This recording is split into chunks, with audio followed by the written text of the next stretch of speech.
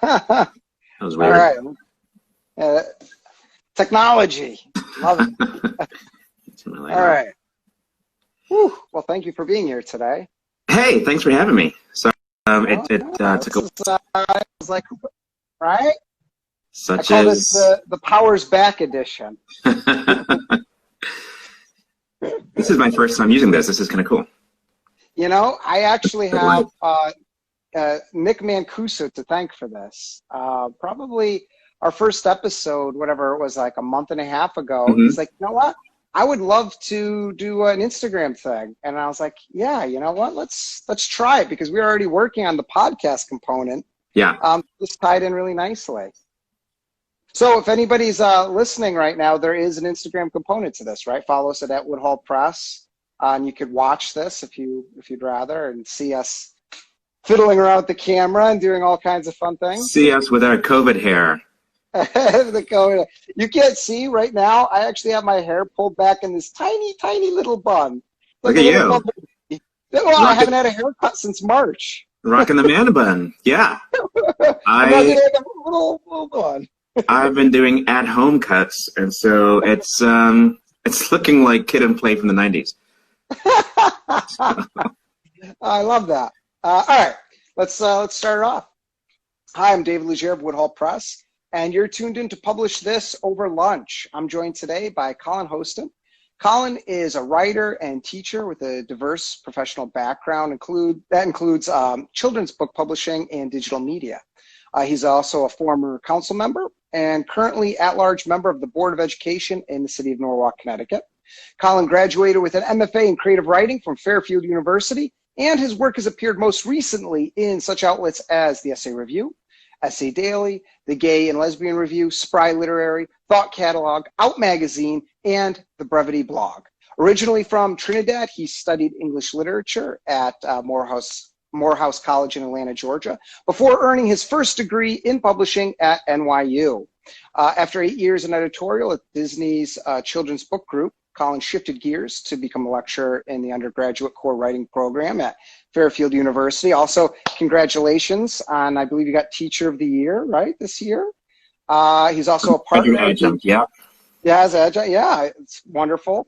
He's also a partner at the publishing startup Woodhall Press. So as you're listening to Publish This Over Lunch, here's your other half here.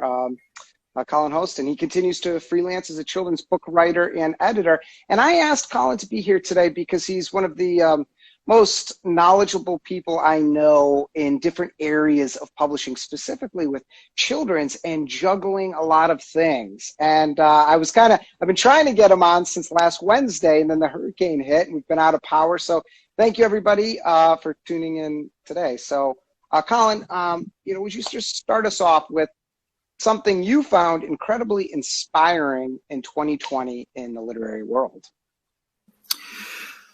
Yeah, well, it's been quite a year. I feel like the last week has been quite a year. And of course, publishing, the industry has been kind of grappling with and contending with all these sort of global macro forces, just like everybody else. And yet, I think that, I've been inspired by the commitment that really publishing houses, large and small, have shown to publishing good work, and not just good work, but really, world-changing work that is intended to have, a positive impact on our society, particularly given what's going on politically right now. So I think, publishing is doing its part to get us through this really challenging moment. Mm-hmm. Yeah, that idea that I call it the community of writing and writers, actually in some ways has never been stronger. I've been seeing people coming together in really impressive ways and in supporting one another. And a lot of these Zoom events, I actually feel like authors are connecting more now with their fans in some ways than they have in ages, because people are more easily able to attend a Zoom conference, from Connecticut, and the authors in Arizona, for instance, right? So I'm finding I'm connecting more with authors that I normally wouldn't get to connect with. Absolutely, 100%. I've noticed the same thing. I think that hopefully once we're past the worst of this public health epidemic, we keep that in mind as a way to make some of these events and interactions more accessible. Just through a screen, but for people for whom it's hard, to get to a place physically. Mm-hmm. All right. So, in addition to being this tremendously talented writer and editor, you're also a publisher, a community leader, award-winning teacher, and husband. How do you find the time, right? So I've asked this on a couple of the recent episodes because I'm amazed at how much people do and how they do it. So, what's your secret for balance? Yeah, thank you. It's a good question. I don't know that I have. I don't even know that I've found the secret. I mean, clearly, in some ways, I have to be very regimented about it. I particularly as an instructor and as an educator, I have to set time boundaries so that I can be available to my students, but that they don't monopolize my entire day. So, a lot of it is just kind of setting time boundaries. And then part of it is also actually not being able to do everything. What I mean by that is, I prioritize so that at the end of the day, I have usually a bunch of things on my to-do list that just did not get done. And I have to be okay with that. I just have to say, well, tomorrow's another day. Something you've done that's always impressed me, and you kind of imparted this on me, is you'll set times each day for, you say, like, for instance, your students, right? You can only meet between, let's say, the hours of 9 a.m. and 12 p.m. on email, and that's it. And you make very clear boundaries within what your time is and where it's allocated. And I think that is really crucial. I'm trying to get better at that. It's so hard to not do the email at 12:30 as you're laying in bed, and then all of a sudden, that email sits in your mind and actually gives you bad sleep, because then you're like thinking about everything you got to do the next day because I looked at that email. Right. Yes, absolutely. And it's hard to avoid it. I mean, we have these computers attached to our hands, and it's hard not to react to every notification. Yeah. But yeah, I do. It's my way of setting expectations so that I do guarantee for the most part I respond to emails within 24 hours. But that might be 20 hours. I was actually thinking about this earlier. I don't know. You've probably been getting this. I've been getting bombarded in some ways with I call them the stranger connects. Like, hey, let's connect, and it's such a time demand, right? Like, let's connect. And I was thinking earlier, I actually wanted to do a webinar called "Let's Disconnect." Yeah. Let's stop connecting for a little bit. Let's actually just have one day where all we do is just kind of, work on one project, quietly listening to music or something. Let's have a day where we actually just disconnect. I'm tired of connecting all the time. I love connecting, but I'm done. Too much connecting. Yeah, I mean, I guess it's one of the, I hate to say, but like a silver lining of what we've been going through the last few months is that we've been forced to slow down. We've been forced to, to kind of, to not feel like we have to do everything and be everywhere. And, I in some ways I've enjoyed those moments, where I've been reading a whole lot more, which is great. Oh, yeah. I'm, in some ways, yes. And it's a weird double-edged sword with this movement. We're all working from home, because it's suddenly very challenging to separate work from home now, right? Yes. So it was easy before, like, okay, you go into an office, you go somewhere, you go to the coffee shop, right? Even the coffee shop would be our office, right? But now it's like your home is your office. So it's very challenging to get that the right balance. Absolutely. I think a lot of people find that they're not actually working from home. They're living at work. Yeah, exactly. Yeah, you hit it. Yeah. All right. So shifting this idea of publishing, right? Sticking with this idea. This is kind of like a big question, but what's the most unethical practice that you see in the publishing industry? Is there anything that just kind of jumps out at you still to this day in 2020 and you just go, what the hell, right? Yeah, yeah, that is a big question. It is. um, It is. well, like I said, one of the things that I've been inspired by this year is how the publishing industry has, in some ways, um, added to the chorus of voices calling for, greater kinds of equity and accountability and justice in our society.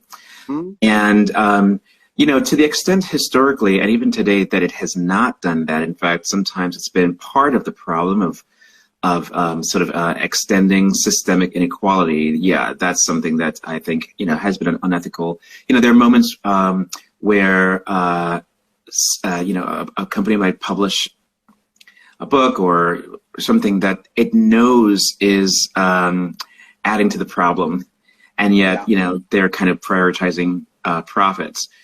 Yes. So, I think that still goes on clearly, and it's something that I think we all need to reckon with.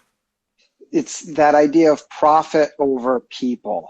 Yeah, And that is definitely a challenge in most industries, but you do see that a lot in publishing, especially where the barrier to entry for a book might be, let's say, 2,000 units year one, right? And you say, but this book deserves to be told. It's a great book. It needs to be out there, but it's sort of this profit over people. And even the concept, this is somewhat related, but still drives me bananas, is like publishing is the only industry that allows returns, right? You can buy a book, sit on it for like 8 months, read it countless times, and then return it.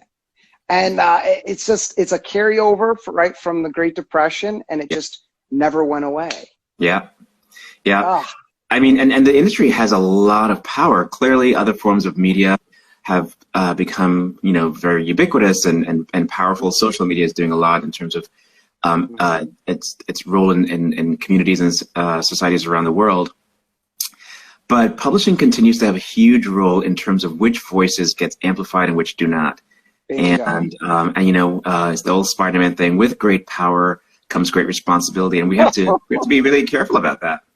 I love that. I love that. Well, sticking kind of with that, it's this, I see a lot of is the responsibility, but then even this concept of ego, right? That's something I hear a lot from writers and people in the industry. It's some say, the bigger the ego, right? The better the talent.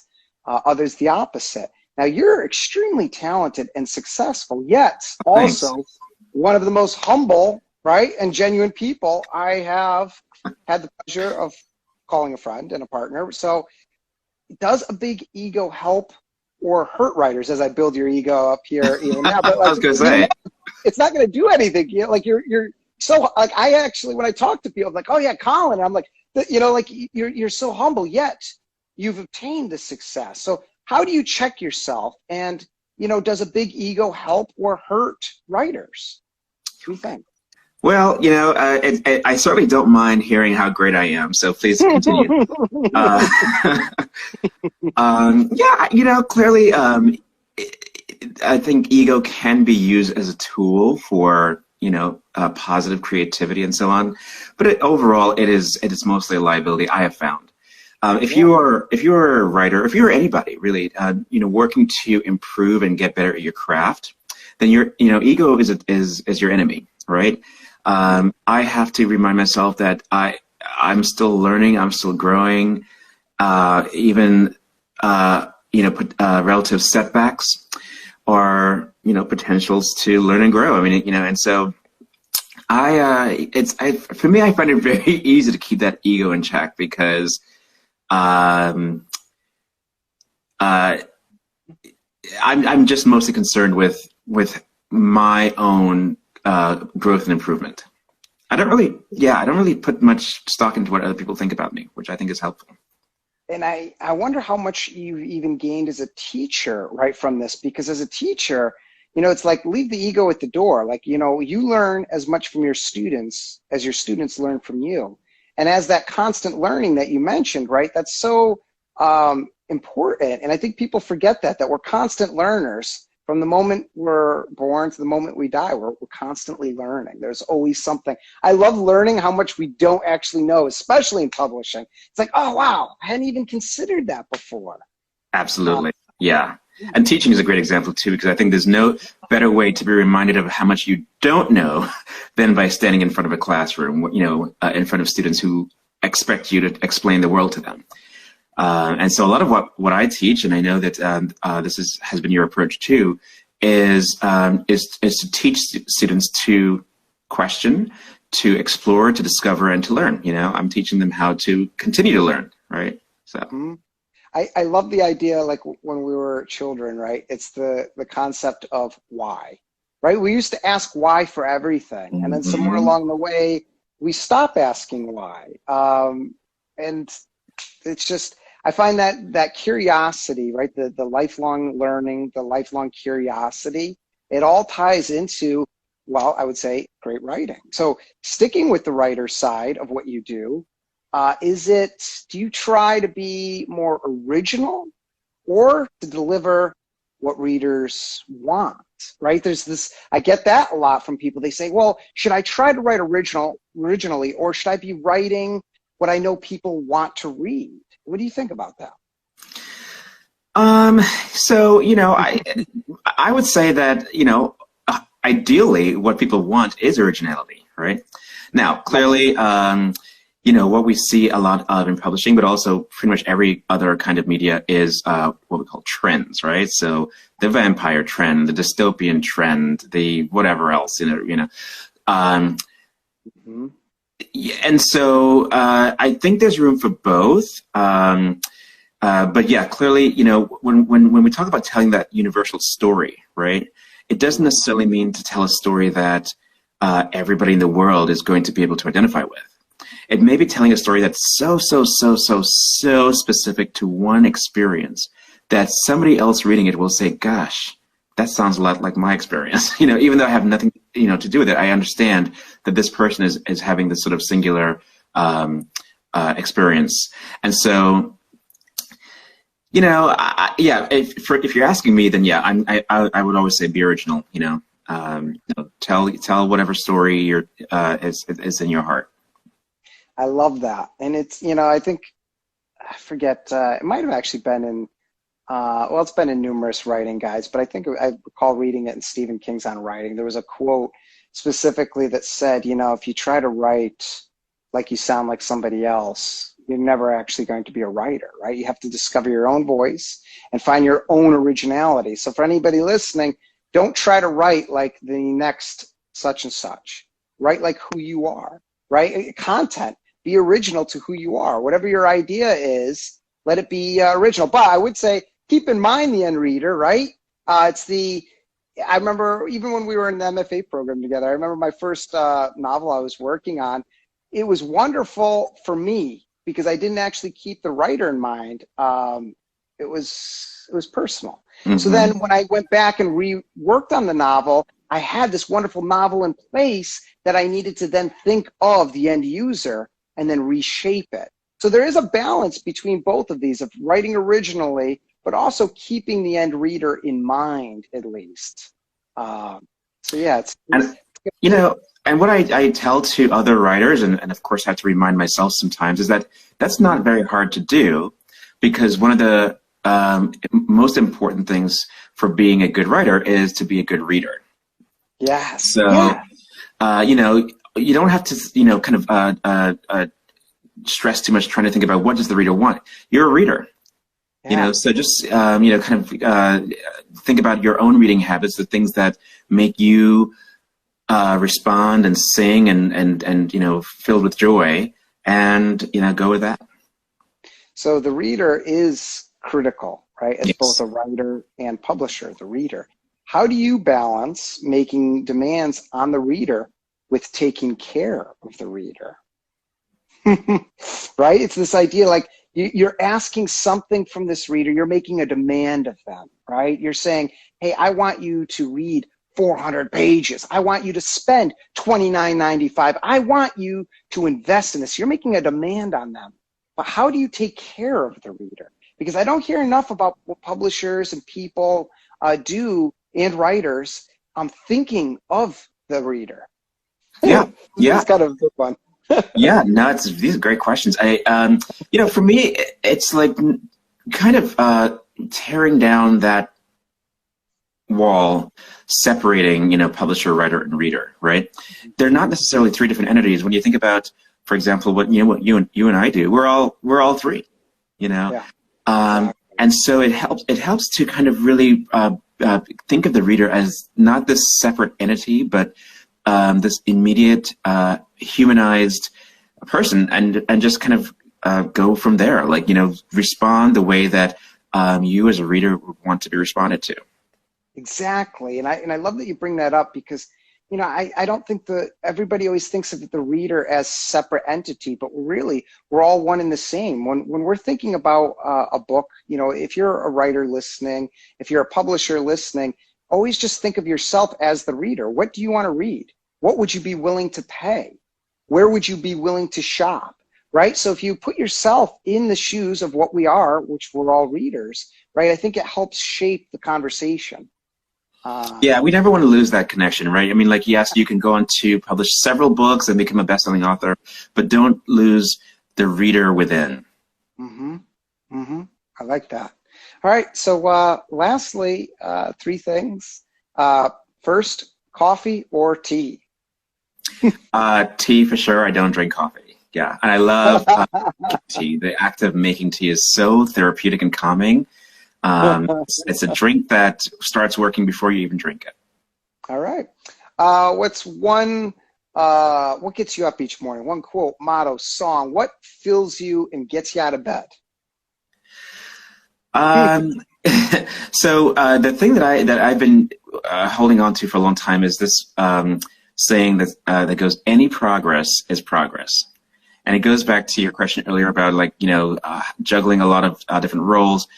Sometimes it is, easy to feel daunted and feel like, oh gosh, I didn't get through everything today. I didn't, complete everything I needed to do.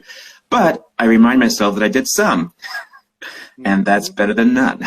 So any progress is progress. It's good. It's a good rule of thumb for those of us who are writers as well, right? This novel is taking you longer than you thought. This story is harder to break through than you want. Even if you get through a few sentences today, it's better than none.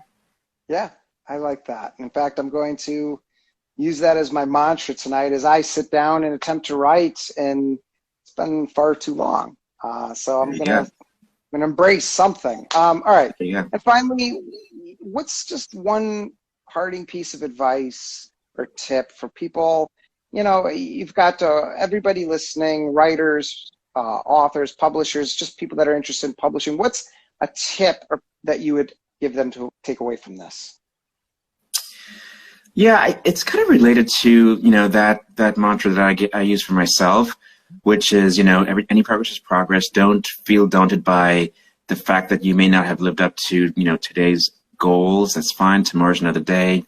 For me, the thing that's kept me going, and hopefully will continue, is that you just never, ever, ever give up. It's the minute you say, great, I am done with this, then you're done. Yeah. It may take you 10 years to get that book sold. It may take you 15. It may take you, whatever. I mean, we're going through a lot right now. So I think it's just a matter of, one, being a little easier on yourself, and two, never, ever, ever giving up. I like that, particularly the never giving up on yourself. Even if that book never gets published, you still enjoyed writing it, right? And you still enjoyed the creation. That's really why we do it. The publication's nice, but it's the act of the writing, right? So don't give up. Correct. So I'd like to thank you, Colin, for being here today. And anybody listening, watching, if you have any questions, please feel free to contact me directly at david@woodhallpress.com. Or you can actually find Colin at woodhallpress.com. He's listed right on there. And that's it. Unless anything else, Colin, that you'd like to say? This is great. Thank you so much. I love this. This was a great conversation. I feel like I'm inspired now. So. All right. Well, thank you, and have a good one. All right. You too, Dave. Take care.